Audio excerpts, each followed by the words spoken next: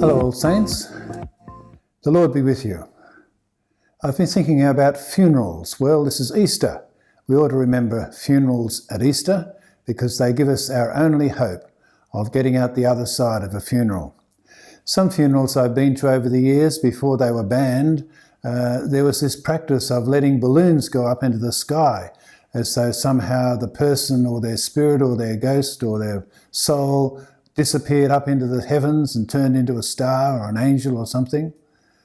More recently, I've been to a funeral where the person who died was possibly a believer, their spouse was definitely a believer, and their brother was an atheist who believed that that was the end. Nothing happened after death. The funeral was the end, it was all over, nothing more to be said or thought. In the last little while I've been reading parts of 2 Corinthians, and in particular chapter 5. It's got this really interesting stuff about end of life.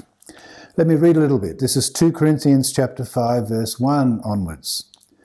For we know that if the earthly tent we live in is destroyed, we have a building from God, an eternal house in heaven, not built by human hands. Meanwhile, we groan, longing to be clothed instead with our heavenly dwelling, because when we're clothed, we will not be found naked. For while we are in this tent, we groan and are burdened, because we do not wish to be unclothed, but to be clothed instead with our heavenly dwelling, so that what is mortal may be swallowed up by life. Yes, groaning, being burdened, they're features, I suppose, of living in a mortal body.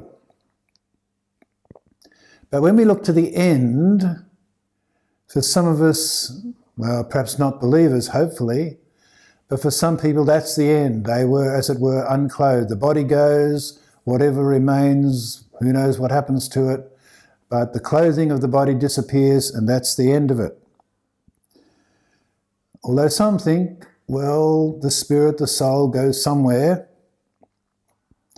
The believer, though, has an entirely different view. They see that when the earthly body, the tent, disappears, is dismantled, dies, it's replaced with a heavenly dwelling. So there are 3 views about this, you see. You can say, well, at the end, death is the end, that's all there is, nothing more. Or you might think, like some of the ancient people did, that the body goes and the spirit, soul, goes somewhere else. Or you might believe, along with Christians, that death introduces you to a new body. Interesting, Paul here doesn't talk about the soul or the spirit. He talks about one body going and another body coming. He talks about himself, not interested in souls or spirits, but just himself embodied in one way or embodied in another way. Some of us are in that age group where we think it's important, or our relatives think it's important, to get our end of life matters sorted out. But for a Christian, it's a bit of a confusing idea. This is not really the end of life. Paul doesn't see this. He doesn't see death as the end of life at all. This is what he says. He wants to be clothed instead with a heavenly dwelling, so that what is mortal may be swallowed up by life. Now the one who has fashioned us for this very purpose is God, who has given us the Spirit as a deposit, guaranteeing what is to come. Looking to the end?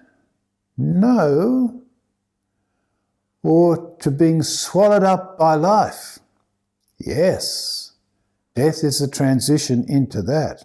And Paul says we can be sure and certain about this, not only because of the resurrection of Jesus, which we're celebrating at Easter, but because God has given his Spirit, the Holy Spirit given to us as a deposit in advance of the real thing, the complete thing, and the guarantee that this is what is going to happen, because God has prepared it.